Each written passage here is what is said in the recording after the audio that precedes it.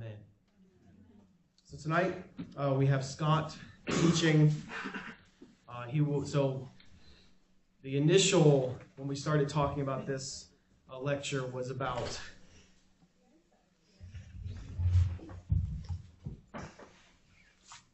Is that good?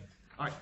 When we initially started talking about this lecture, it was going to be about things from the Maccabees. You're not going to get a history lesson on Maccabees tonight, but Scott's going to go over a lot of things from the Maccabees. Again, I will bring out the Tzedakah box, as I encourage everyone every time we have a guest lecture. Rabbi Eric and I are paid to do this. These people like Scott and Dylan are not, so we always encourage people, if you can spare change, cash, to please feel free to donate to them as they've given of their time in prayer and preparation to teach tonight, which is something that we want to encourage and continue doing as the community grows. This is part of bringing up other teachers and leaders, a circle of wise and accountable men and women. Scott's also got his books tonight that he's recently published. So if you would like to buy one of his books, I think they're going for $10 a piece. So if you would also like to buy one of those, he has them on the side. So after the lecture, feel free to join him over there and purchase one of his books on walking orderly, keeping the law. So without further ado, I'm going to invite Scott up, and Scott will be giving the lecture for tonight. So.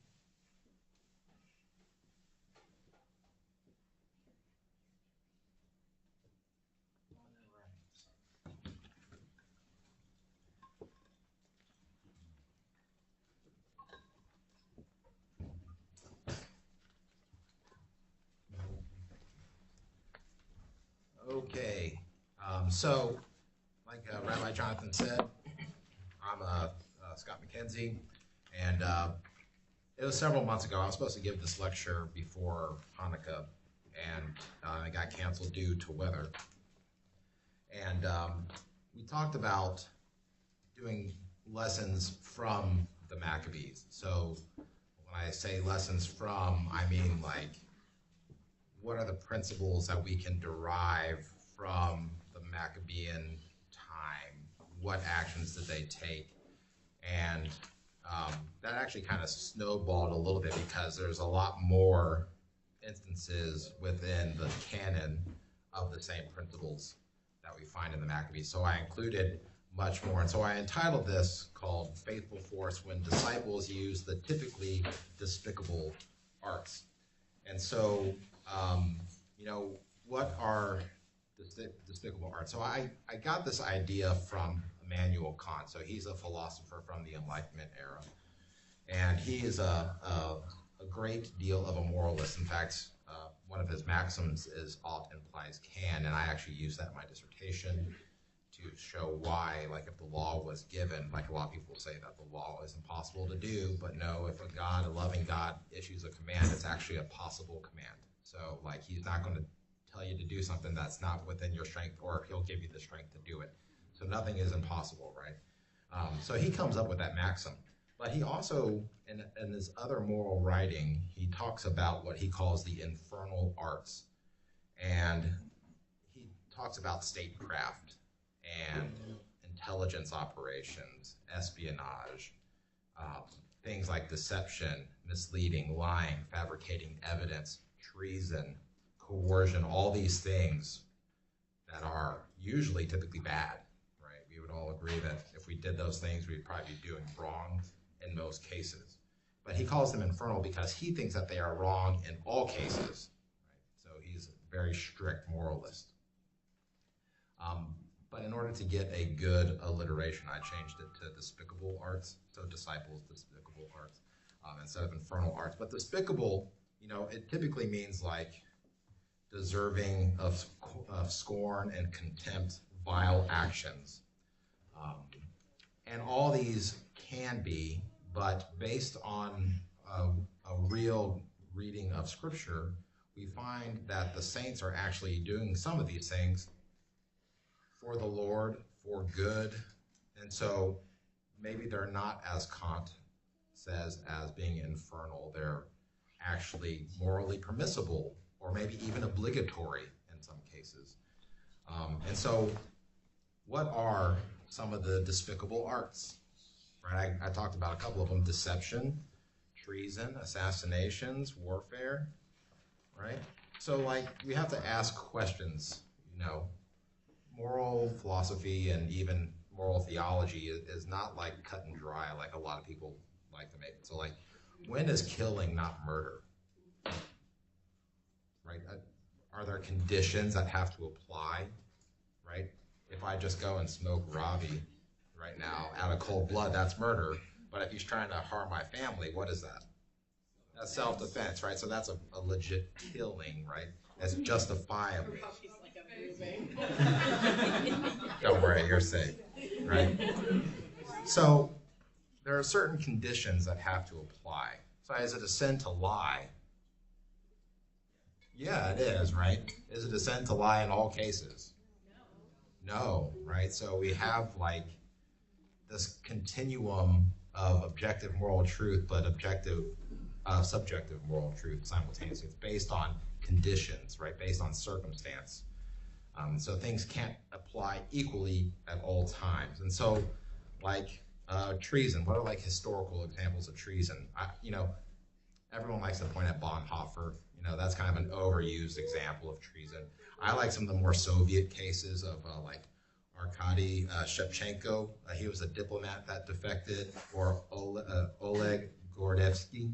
He was a KGB colonel who also defected. So these guys went through like extreme danger to pass secrets to the West to undermine a evil regime, right? Who killed more people than Hitler did, right? So like, when is treason like morally obligatory, right? So we have to ask these questions, like, when do these conditions apply? And so this is kind of the questions I was asking, when I'm writing this. So that the Maccabees did this. So like, when can I do that?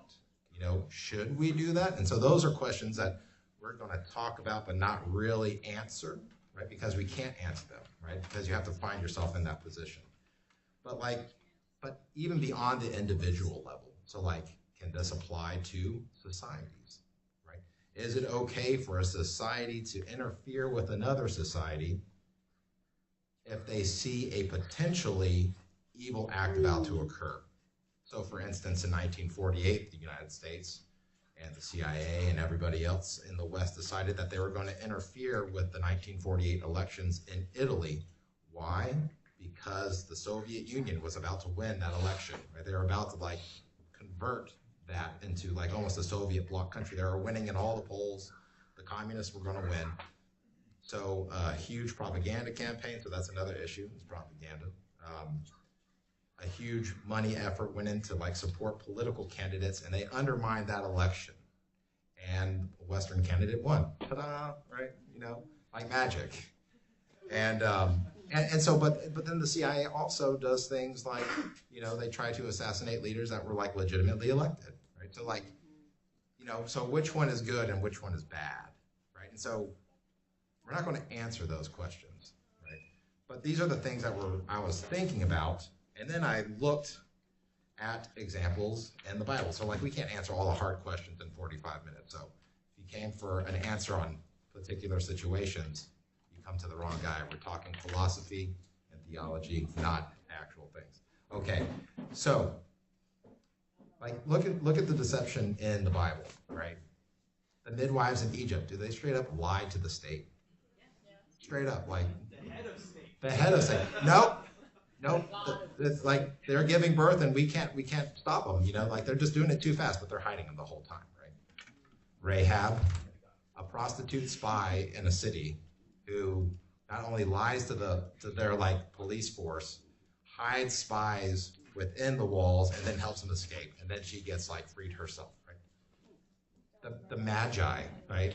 And when they come to see Yeshua, like they go another way home. That's surveillance deception, right? And so like they like the king literally said, "Hey, come back and see me," and they didn't. Okay? You don't like that's disobeying authority, right? Like straight up, that's illegal. Esther's ruse, like setting up Haman to be executed essentially. And then right after that, we'll talk about the assassination. But the Purim purges, you like that alliteration right there? They go and kill, like they gather arms and they kill everyone who was trying to kill them in the area, right? Treason. I think this one is actually really interesting. In the first century, the phrase that we hear all the time, like Jesus is Lord, Christ is Lord. Well, Kyrios Christos is a treasonous statement in first century Rome because you're supposed to say Kyrios Kaiser. Kaiser is Lord, Caesar is Lord, right?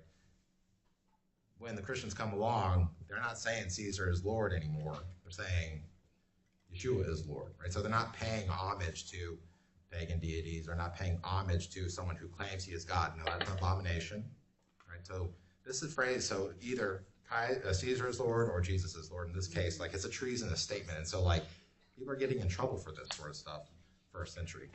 Assassinations, this is one of my favorite ones that I looked at. There's all sorts of assassinations. So like Phineas or Pincus in Numbers 25. So we talked about the Maccabees. It's Mattathias in First Maccabees. He goes and he's a massive warrior, goes and gets a bunch of dudes. The death of Sisera at the hand of Jael, who deceived and dispatched of a general. So like the general of Canaan gets routed in the battle, Judges 4. And he goes and hides in a tent, and the lady smokes him with a wooden Tent station. yeah. So like right in the head, don't right. This one is really interesting, and it's a chapter before, but Ehud, a Benjaminite, conducts a regicide. He kills the king. His name is Eglon, right? Stabs him with a sword. And it's actually pretty graphic in the text, but like the king is really fat, stabs him in the sword, and like the fat comes and everything else comes spilling out. And they like write this, right? So he assassinates a head of state. The death of Goliath at the hand of David. So he could have taken him prisoner because Goliath wasn't dead when the stones hit him. He got knocked out, and then he took Goliath's sword, and then what? Right? Okay. Right. So that's when he died. Right. So other things like just general warfare, oftentimes we hear like, war is bad, so don't hear me wrong, incorrectly. But like, we see people in the Bible being great leaders of war. Joshua, Moses, David, Roman centurion, 2nd and 3rd century legionnaires, and we're going to talk about this in a minute. But Adonai is a man of battle. Adonai is his name. He has cast Pharaoh's chariots and his armies into the sea. Right, this is Exodus 15. Song of Moses, there's 2 of them. It's a really good one. So like, all these are all despicable acts, but they're all being used in righteousness, right? But there's also costs to pay, and we're going to talk about that in a minute. Are you guys with me so far? Everyone good? I'm trying to talk fast because I got a lot to go over. And so this guy, Alexandrovich Ilyin, I have his book right here. So this guy really influenced a lot of my thinking on this matter. So I used to be one who would say, no, I don't think that force is good. It should be like almost always avoided, like if not 100% of the time. Even things like the death penalty and other things like that. But this guy, he wrote this book when the Bolsheviks were taking over. So the Red Army, so like back in the 1800s. And he is essentially a philosopher and a leader of the White Army in Russia. And so he's a big figure. You can tell he's a big figure in Eastern Orthodox circles. But he writes one of like one of the best treatises on the use of force, on using what he calls physical suppression. So a lot of people will use the word violence. We don't use violence. We actually suppress evil instead of being violent. But so he says one of the tragic paradoxes of the earthly human life is composed thusly: is that the best people who are called upon to fight villains, to enter into an inevitable interaction with them, to compel their evil will, to stop their evil activities, and moreover, to conduct this struggle by means which are not the best. So there's the paradox, right? So the best people have to do not the best things, which among them, or among the sword, will always be the most direct and noble.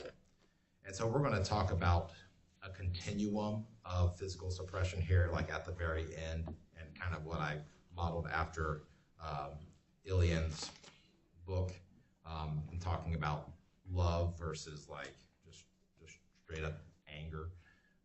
So we're going to make some fine distinctions, and we're going to talk about all these things. Okay, so what the scriptures are really kind of pointing out, and I think we're kind of all getting the picture, is that it's not an either or situation, right? It's always a both and. And so, like, how many both ands are there in the Bible? I mean, there's a whole bunch. There's God's sovereignty, there's man's human will, right? There's this in particular, but like really in the matter of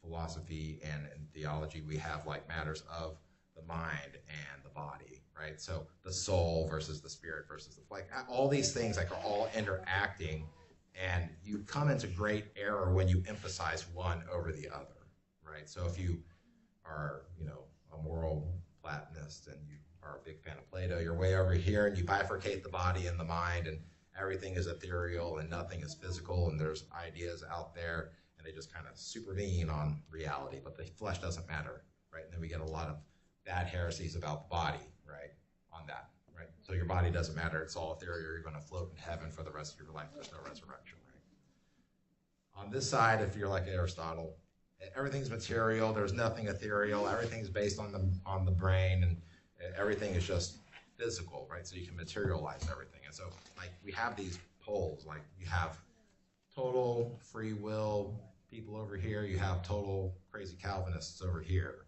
right? So like the same poles are applied here. So I applying this kind of both and principle to the use of force and physical suppression and lessons from the Maccabees. So you'll see the picture. That's the Maccabean brothers there.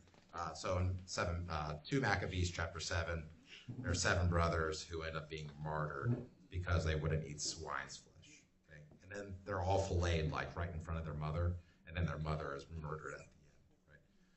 Because she wouldn't give in either, right? So we have like the zeal of Mattathias in 1 Maccabees chapter 2, or the martyrdom of the 7 brothers, right? So there's both and. One is a warrior, king, fighting prince guy. The others lay down their life willingly. Like, so those are both presented. That's a both and. We have Esther and the whole lot of Israelites doing the Purim purges, right? So they're dispatching of evildoers. We also have Stephen being stoned to death, right? We have essentially 3 ways that we can go, and this is like basic human tendencies, right? There's fight, flight, or die. Right? So when we look at this, and we're talking about, fighting or flighting, there's an unfortunate trend today, like we see, gosh, I mean, like, I like to go back to Messiah and Moses, like one flees from Egypt, the other one flees to Egypt, right? So we see flight, right? Those are good examples. But like in today's like Protestant New Testament context, right? So like their canon is the New Testament only, right? Typically Paul. And they would say like, well, we have to love our enemy, right? And we're going to get into that saying here in a little bit. Our fight is not against flesh and blood, right? The ultimate goal of every new covenant believer is martyrdom, right? So there's people out there that say this, you shouldn't do anything. You should just always, 100% of the time, lay down your life as a martyr. That warfare is the Lord's alone. Now, some of those things are partially true, but if we actually go back and look at church history, this is a very minority opinion. It's actually kind of recent. It actually starts, there's some earlier people that go into this, the 4th century, but it really doesn't take off until after Leo Tolstoy, right? So once Tolstoy comes around and talks about pacifism, then we see a very large uptick in this thought within Christian circles. And so we're going to talk about different historical examples. So a few weeks ago, it would have been very appropriate because our lessons would have been right next to one another, but on Shabbat he talked about Roman legionnaires sacrificing themselves for good causes. And he was actually talking about the 40 martyrs of the Legio Fulminata. So that means the Lightning Legion right there, number 12. And what year was it? It's 320 AD. So in this legion, there is 40 Christians, and they were fighting men, really good guys. And then one day, their boss said, "Hey, you have to go give pagan sacrifices." And they're like, "No, we're not going to do that." And so they were all, curious Christos, right? And their boss, their general, made them go and freeze to death in a lake. And only one of them recanted. And then one came back into his place. Anyway, so there's 40 guys and they all died. They didn't fight, they didn't do anything. They willingly laid down their lives. But they were also fighting men. They were soldiers, right? So we see this dichotomy. They were willing and able to fight for Rome as Christians, but also to die because Rome instructed them to do wrong, right? So we can see being a soldier isn't wrong, but not dying for your faith is also wrong. If you're called to do that, you should do that, right? So we have this both and, right? So we have fighting men for the state, also martyrs. Okay. I like to also look at the centurion, right? So in Matthew 8, right? It's the first Gentile converted in Yeshua's ministry. And he's never told to lay down your arms. He's never told to stop being a centurion. This guy's a sergeant major in our army, right? So this is a leader of men, hundreds of men, okay? And he's never told to do anything to counter to his duty as a soldier, ever. And we have no historical record of him laying down his, he never stopped doing what he was doing. Now, he probably changed. He was already a righteous man. So this is what's interesting. He was already righteous. He was a God-fearer and already worshiping Adonai.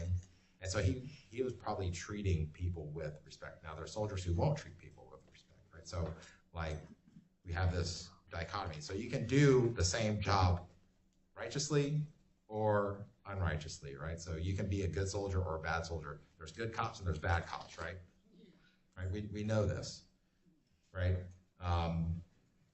So we have this concept of honor and duty, both vertically, so honor and duty to Adonai and honor and duty to our fellow man. And in order to be in the right, when you do a despicable art, you have to have both of these aligned correctly, right? Otherwise, you're going to go afoul, right? And so this conundrum, this both and conundrum is it's really not easy to solve, as we can see, right? There's so many examples and so many things that can happen that will change your calculus on when you need to do one thing or when you need to do another thing, right? And we all know this. This is kind of intuitive stuff, but it's really hard to verbalize, when we're talking about moral actions, right? And so other historical examples, right? So, like, in my previous class, I talked about all the zealots who were zealous for the law in Jerusalem during the 60s, right? For Acts 21. And would it have been permissible for them to fight the Romans if they were invading in 70 AD? Like when they're trying to sack the temple. Like these are things like I'm thinking about, I'm going, I think it would have been permissible for them to protect their homeland, right? It would have been like, it wouldn't even been in vain. Like they were doing it because they were zealous. And we know that the sect of the zealots were the ones doing most of the guarding at the temple, which is interesting. And so I find it likely that there were some who were fighting against the Romans when they were coming to invade, and they would have done it righteously. At the same time, here's the both and,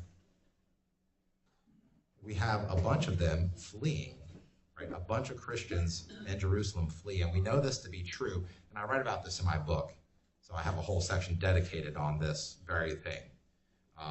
But we know, based on Matthew 24, so the Olivet Discourse, that Yeshua tells people, when you see this thing happen, let the reader understand, go and flee, right? Go and flee to the mountains. And we know that this actually happened because we have a whole tradition. In fact, this is the group of people who preserved and maintained Messianic Judaism for us today, right? So they became a remnant, and they went out to Jordan, out into the mountains. And it ends up being called the Pella tradition.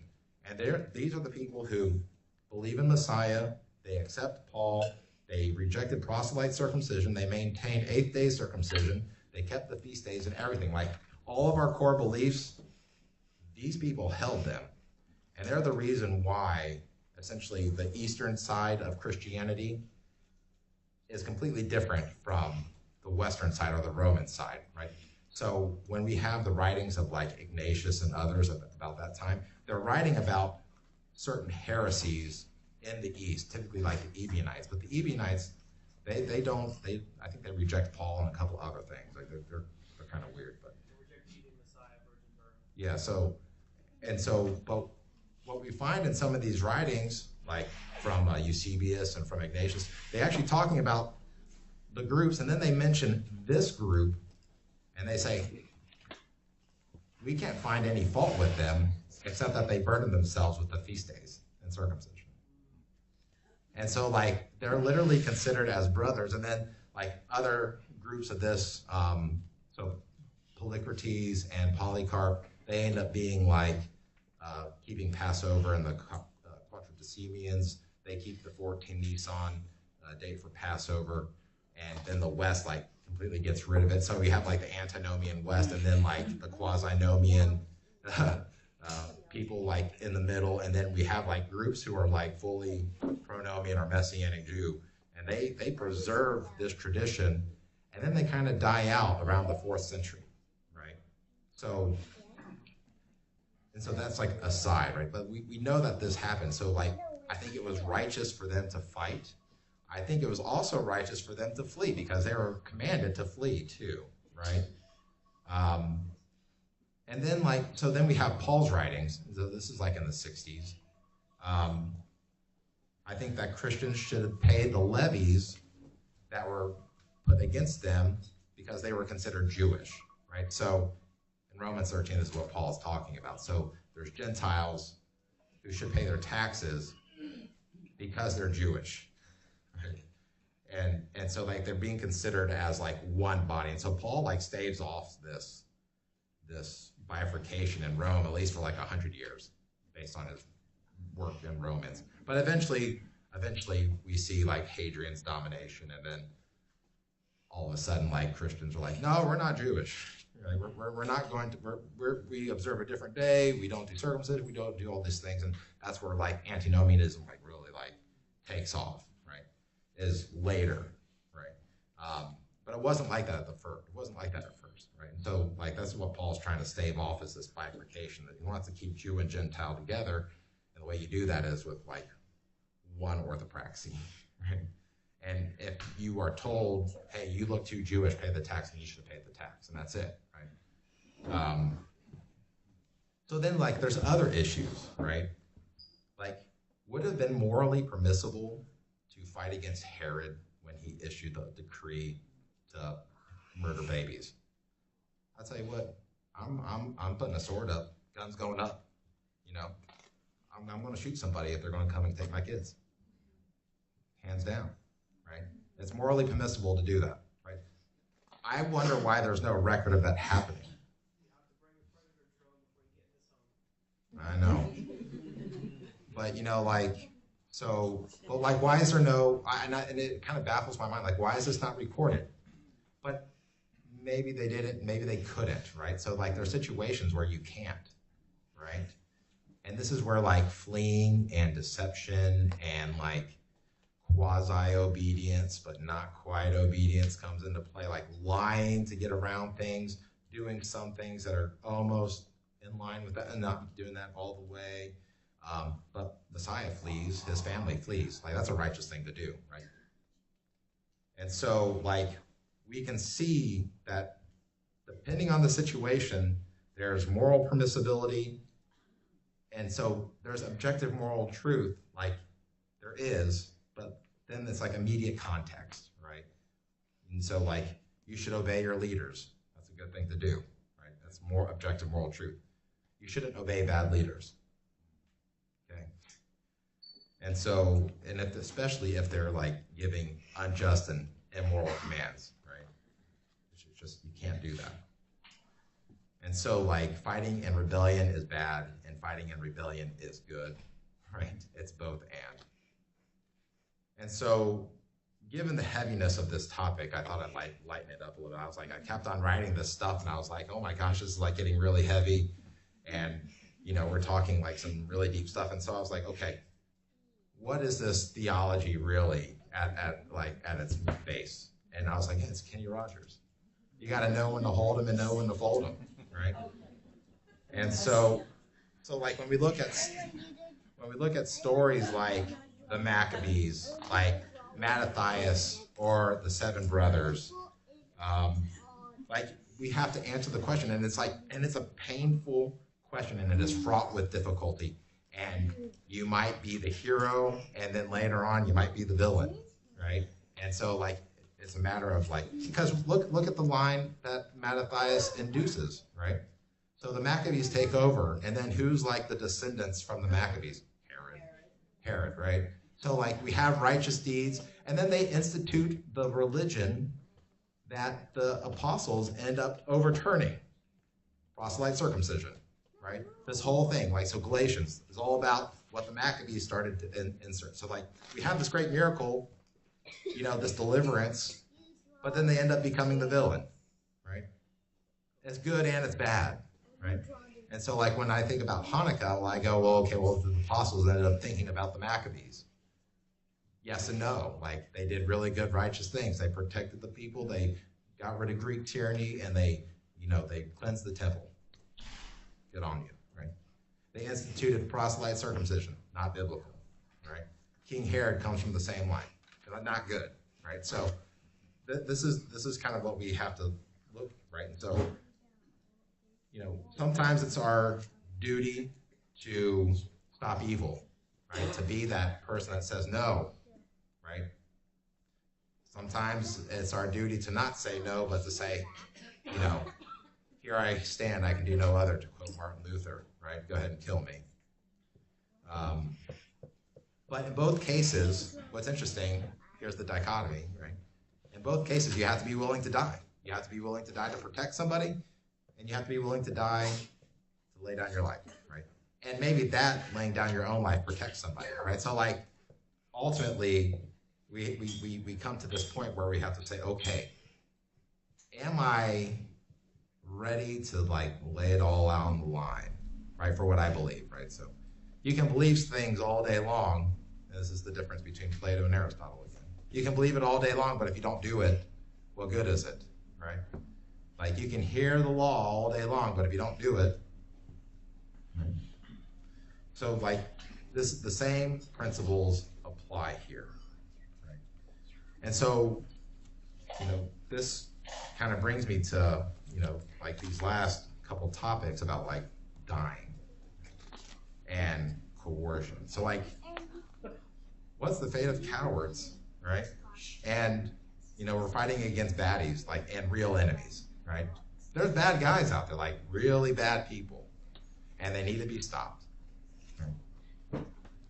And so, how do we, like, when we're fighting for a good cause, or like when we're laying down our own life, you have to be willing to do that. And so, like, there's only one fate worthy of a coward. Does anyone know what that is? It's death, right? Like death. Revelation 21:8 says, "But for the cowardly and the unbelieving, the abominable, murderers and immoral persons and sorcerers and idolaters and all liars, their part will be in the lake that burns with fire and brimstone, which is the second death." Right? Those are hard words. So that word cowardice or cowardly, right? This is the type of cowardice that leads to apostasy, and I talk about apostasy in my book. You can look at that. I think you're right. But that word there for coward is dialos in the Greek. And it's the same word used of the disciples when they're in the water, in the lake, and the storm is all around them, and they become cowardly, and then Yeshua calms the water. Right? Cowards.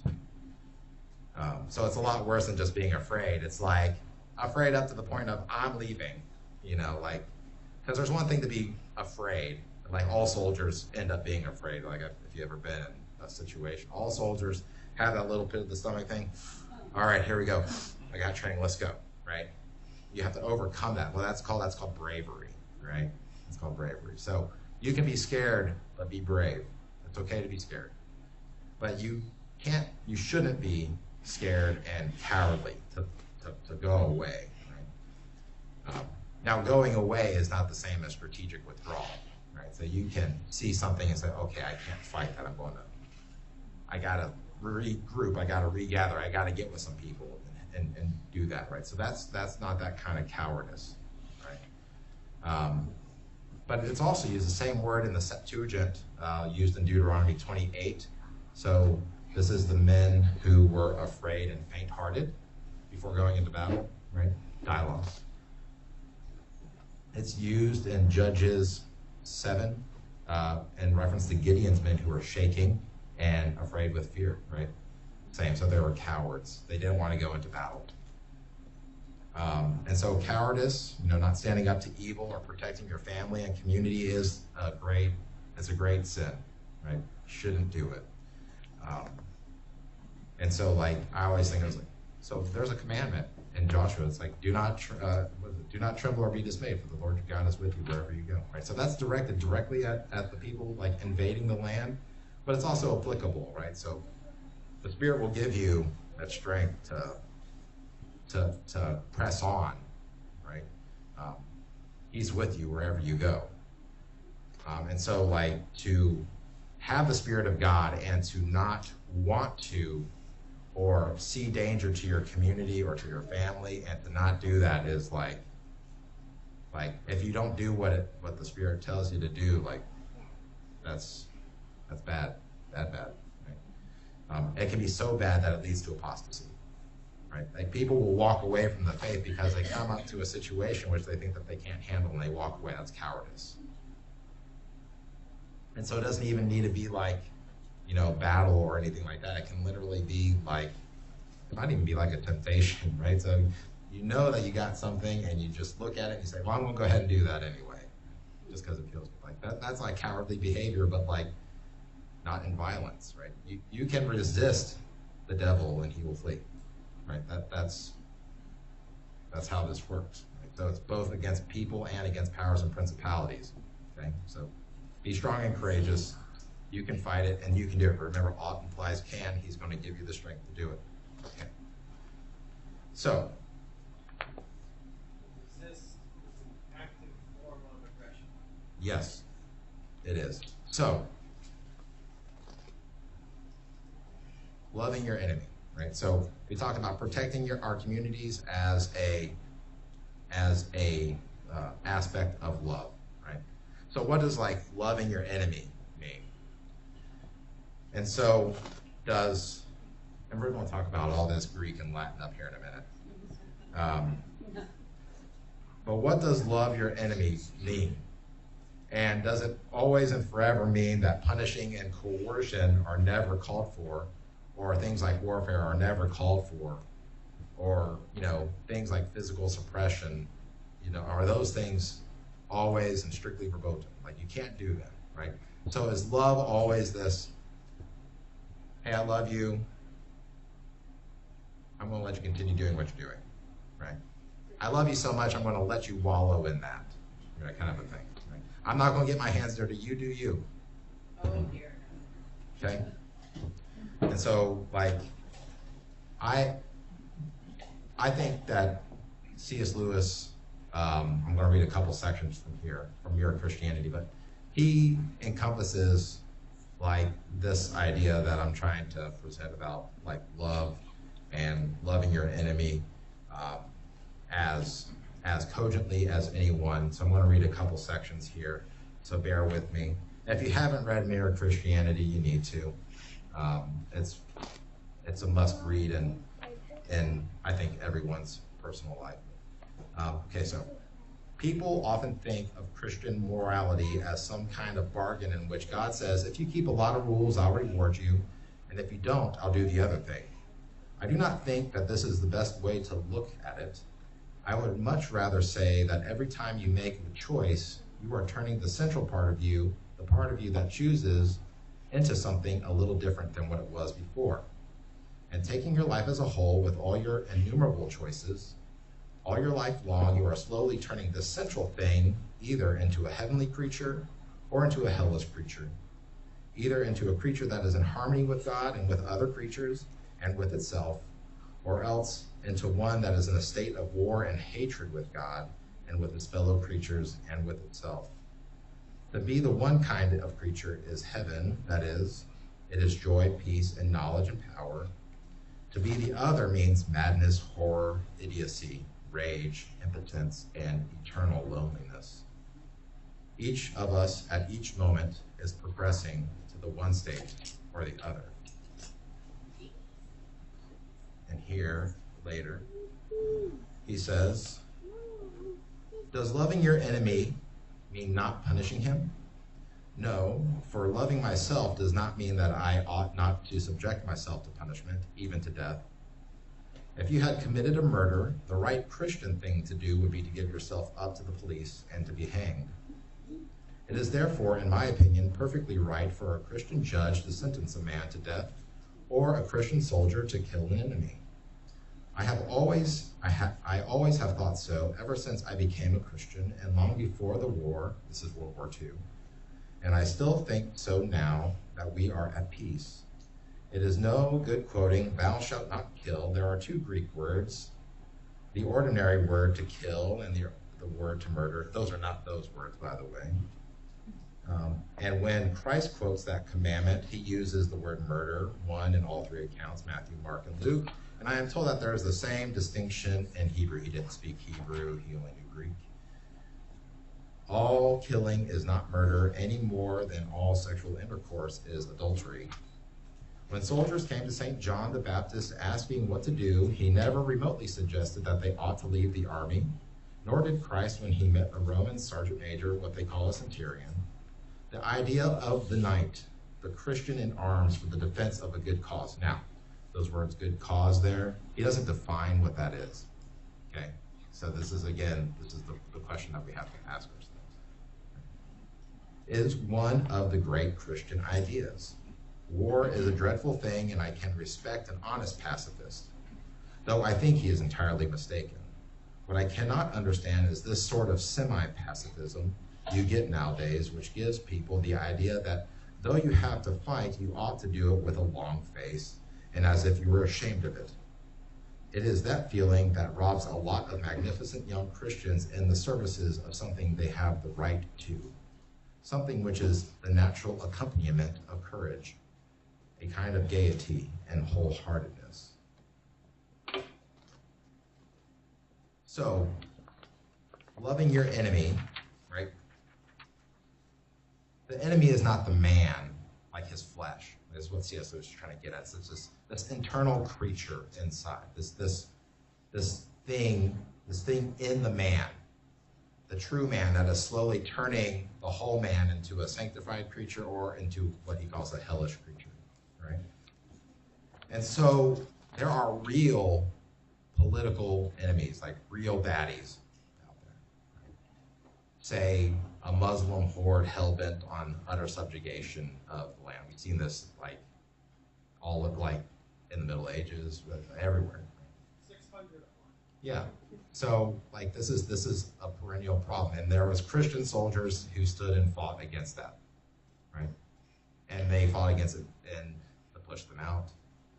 And so like this is a good reason for like the conquests and the crusades and different other things, right? So there's good and bad sides, right?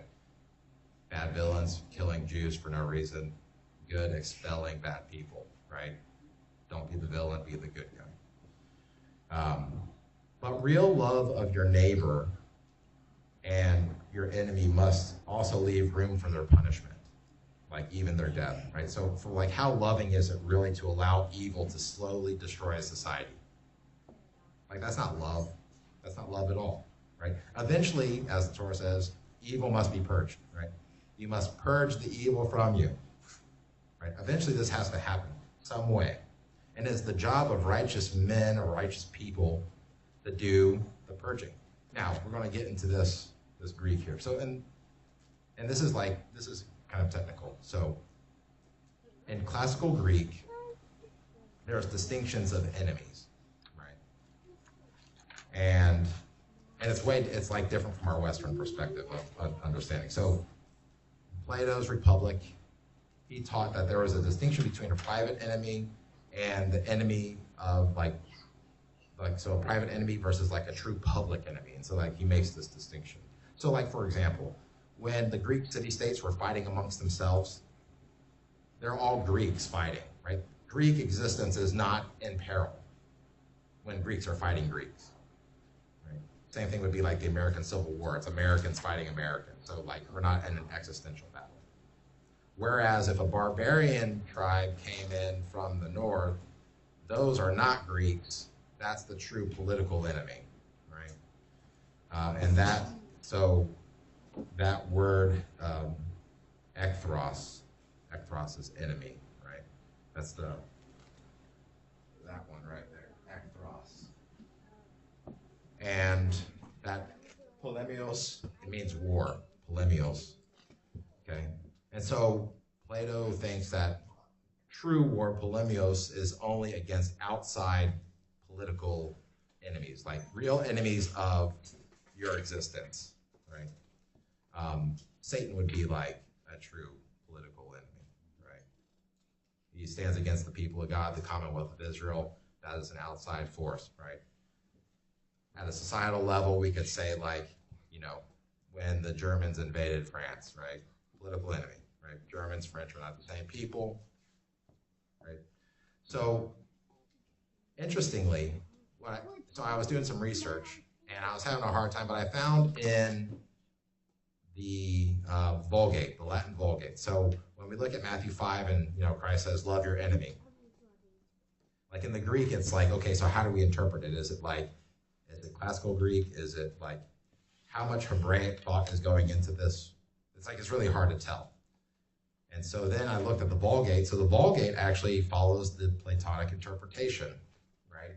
So inimikos vestros versus hostis vestros, right there. So inimikos is private enemy, right? So private enemy versus like hostile outside enemy, right? So when Jerome or whoever interpreted the Vulgate is looking at these words and going like, okay, so what is Yeshua speaking to? Like, and if we look at the context, he's speaking of people who were like persecuting you within Judaism, right? So this is the Sermon on the Mount, Matthew like 5, 6, 7, right? And so he's talking about people internally, right? So like it almost like contextually, I think Jerome is right. He's going like, this is an internal conversation. And so like oftentimes when people are like, well, you have to love your enemies, so you can't do anything to them. Like, well, no, let's define that properly, right? So if this is like a persecution enemy versus like a true political enemy, you actually can't make that equivocation, right? So in international politics or geopolitics, if there's like a group of people who are trying to kill you, you don't have to like love them in the way that you would love a brother, right? You can kill them, right? If they're going to hurt you and your family, you can do that. And this is why like nations fight, right? And that is okay. And this is what C.S. Lewis is talking about, right? So like, and when we look at Matthew 5, I really do believe that like, and we see it again in like Matthew 10, but whenever they persecute you in one city, flee to the next, right? So there's this fleeing thing, right? For truly I say to you, you will not finish the cities of Israel until the Son of Man comes, right? And so like, we're not fighting amongst ourselves. Like, so this is like the reason why I think in the New Testament, like we don't see a lot of battles either against Rome from the apostles or against Judaism, is because they consider them brothers, right? It's not like an actual thing worth like going to arms over, right? Ever. And you don't see that until much later, right? And then when you see, I mean, Christians end up killing a lot of Christians, you know, Protestant Reformation versus the Romists, and then the radical Protestant Reformation, and then they're fighting against the magisterial reformers. Like, it just becomes a big bloody mess in the Middle Ages, and then like into the like just up until the Enlightenment. It's wild, right? But he's saying like don't be fighting your private enemy like this. Like, there's no reason to do that. You should love them, right? They're just thinking differently than you. And so, you know, like, this is an interesting concept. So like, I don't necessarily agree with Jerome in all cases, and I'm not saying that this is like God's honest truth right here. This is like just my interpretation of the text.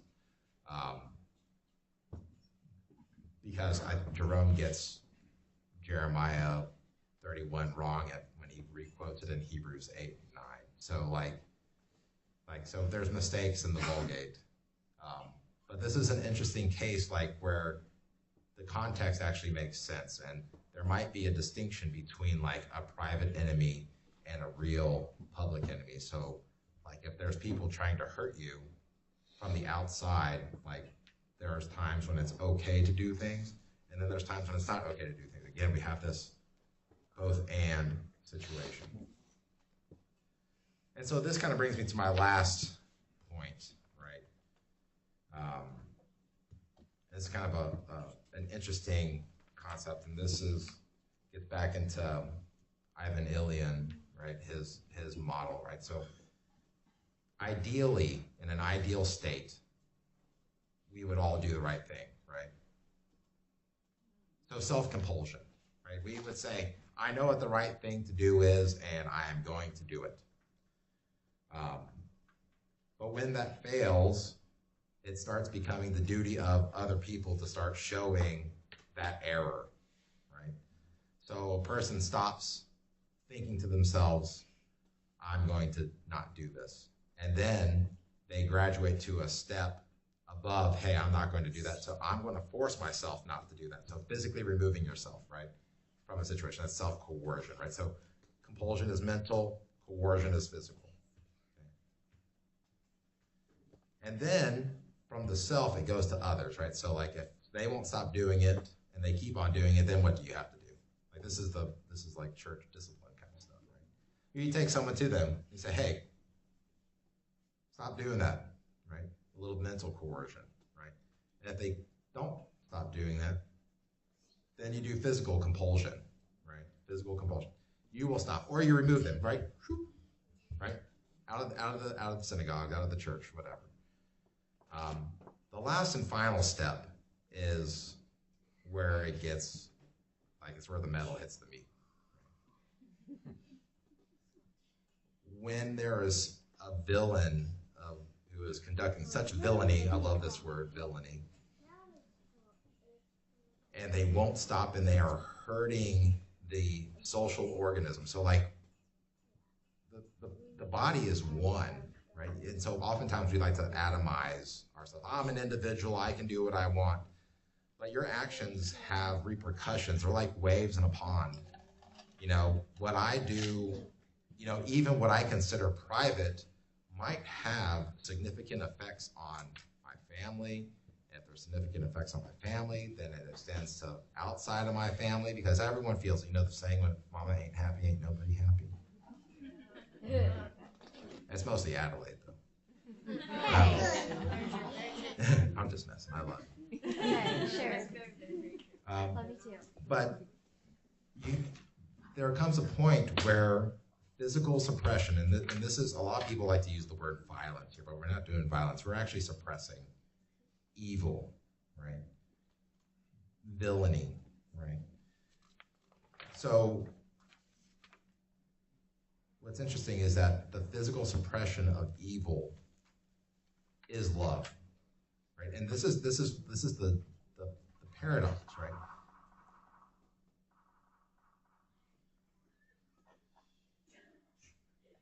Okay.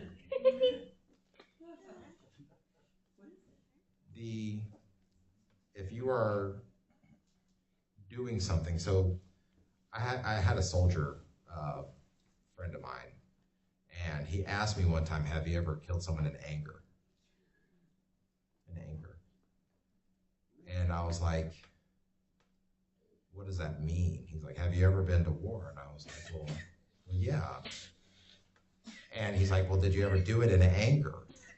And this guy was like, he was an atheist and he didn't believe in anything. He was like really jacked up. He had PTSD real bad. And had let himself go after being deployed and seen some stuff. And he had been deployed and had done all his actions in anger. And I was like, well, no, like I hadn't really thought about it, but I wasn't doing things in love either, right? So like I was like somewhere in between. And if you're doing physical suppression and anger, like that's violence. You will end up being violent to that person, right? And that can't be your motive for the correction of behavior, right? So I think a lot of our problems, like, when it says like vengeance is mine, says the Lord, this is actually speaking to not to like you're not allowed to use physical suppression. It's about you're not allowed to be vengeful, right? That's a completely different emotional vein of action, right? That is murder, anger, and revenge, right? But if there's activities happening that need to be stopped, the goal, even in physical suppression up to the point of death, is for the repentance of the person. And this is what Ivan Ilyin is getting at. Like, it's never too late for that person, right? You're actually up to the point of killing them. In fact, you killing them is stopping them from sinning, right? So they're not sinning anymore, so their judgment will be less, which is interesting, right? And so, like, you're hoping for them to stop, right? To stop that behavior and to repent and go back to the beginning of the cycle, self-compulsion, right? You can repent and stop. Even the worst murder, like so Paul, repented and stopped, right? David, an adulterer, repented and stopped, right? So he was a murderer too. He killed, Bathsheba's husband, right? And so these things, and so when we look at the discipline of the body, the discipline of the person, and up to the point of political and individual suppression. I almost said violence there, that's the wrong word. It has to be out of a motive that is biblical. It has to be out of a motive that is clean. Anger isn't clean. I mean, anger is a good emotion. You can be angry and not sin, right? So that's the key, right? Be angry and do not sin. If you're killing someone in anger, that's not hoping for the redemption of the person, right? You're not hoping for that, right? So these are steps that are aimed, and they should be like what I call judicial inducement in love, right? So everything has to be rooted and grounded in love. aimed at the repentance and purification of the one performing the evil or the villainy.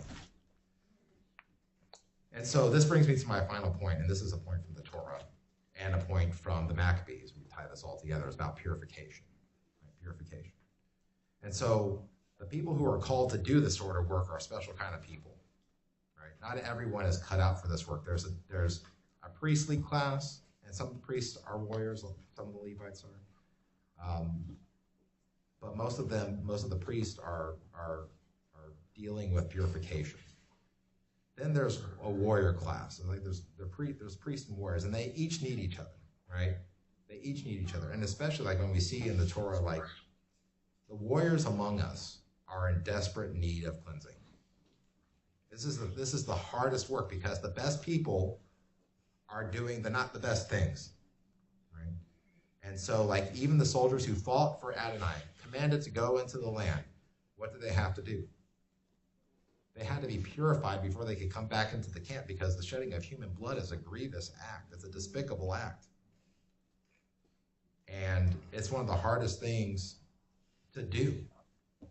But it's a good thing and it's an inevitable thing in a fallen world, right? So it's like one of the worst things that can happen. Like God is not one that he wishes that people would die, but that they would all come to repentance, right? And so like, it should only be done, when there's no options left. This is the last step of the cycle, right? So don't be hasty to shed blood, right?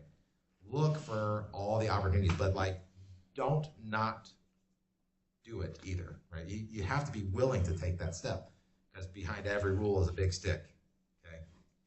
You have to do this or else, right? That's what rules are. That's what laws are. Right? So everything is based either on some form of self-compulsion or physical compulsion at the end of the day. And there are consequences for our behavior.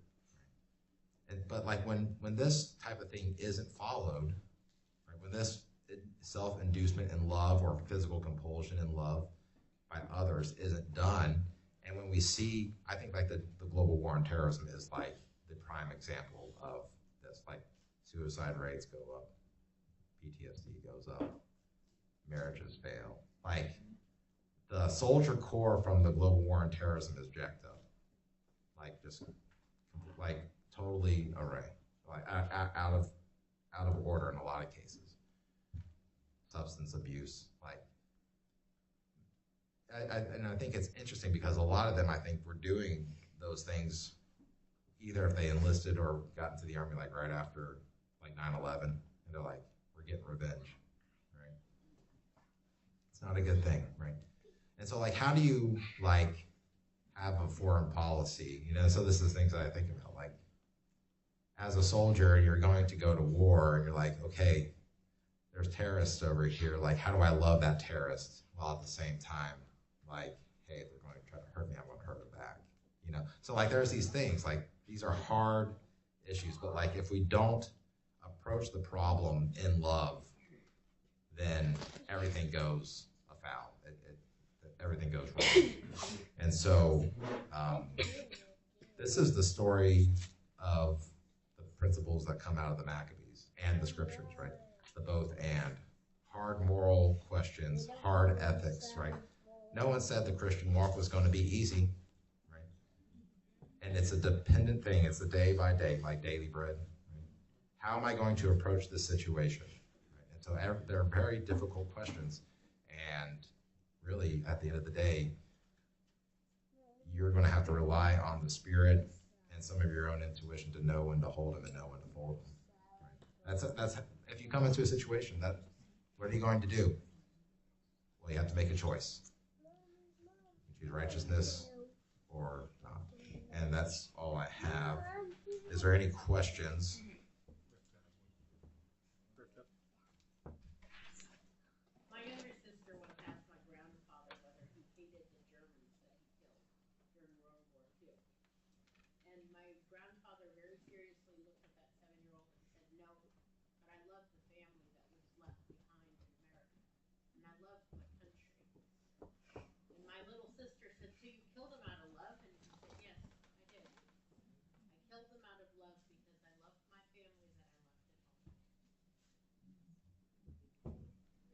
perfect example, right? And I think that might actually be the distinguishing factor between, that generation of soldiers and the GWAT soldiers, right? Some of them did it in love. I know I didn't, right?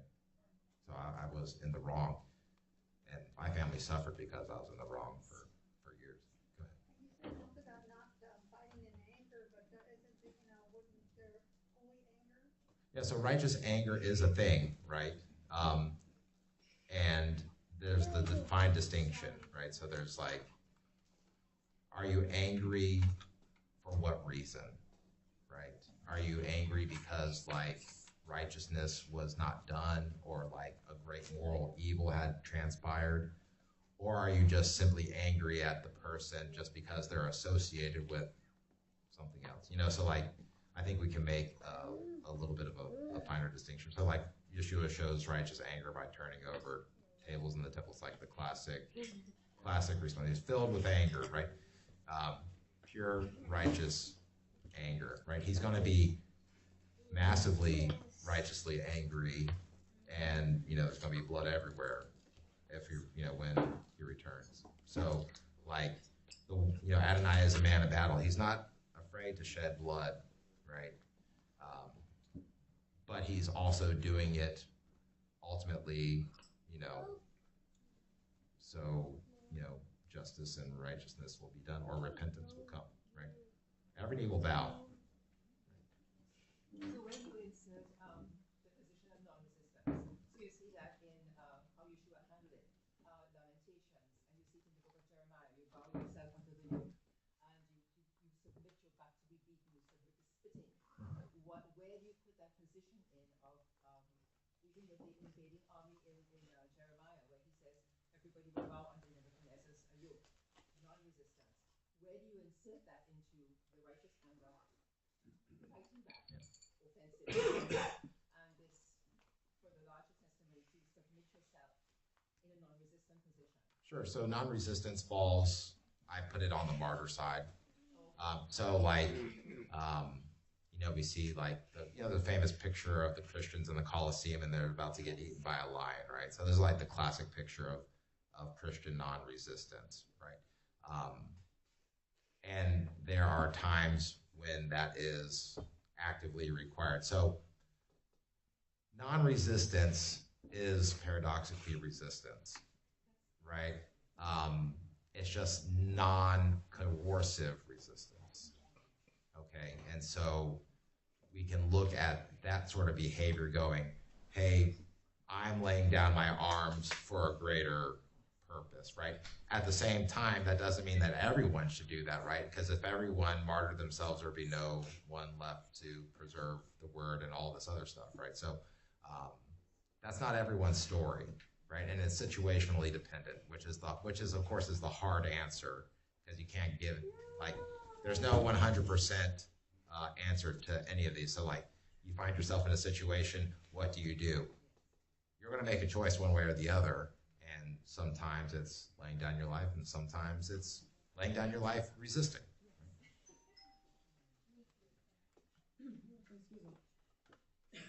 Sorry. Never went through the 12 portions, and I said, kill everyone. And the wife of the Torah leader, the group, she had fits about that. She says, I don't understand. I don't understand why God would say, kill the children. They're innocent. I said, but that's why. I said, it's an act of mercy that they're killed. And I said, and even now with the what's happening in Gaza, it's like you have to look at it from the perspective that these children will be spared because of their innocence. And I know it's a fine line, and you hate for anyone to die, especially children. But when you look at it from the perspective of their where they would be if they survived. So there's all sorts of moral conundrum, right? So in that instance, it's always like the classic thing, like Adonai is called for genocide, right? He's a cosmic sadist kind of a thing, right? And so, but it doesn't really hold, because so like we look at the command and then we look at how it transpired, right? So all those people were also given like chances for repentance too, right? We see that they weren't all cut down, right? If we go and look at Joshua, like there's these people that still remain in the land and everything. So they're given chances to turn, right? And there's also a sense of like, you know, can someone or a group of people be so polluted that like they're not able to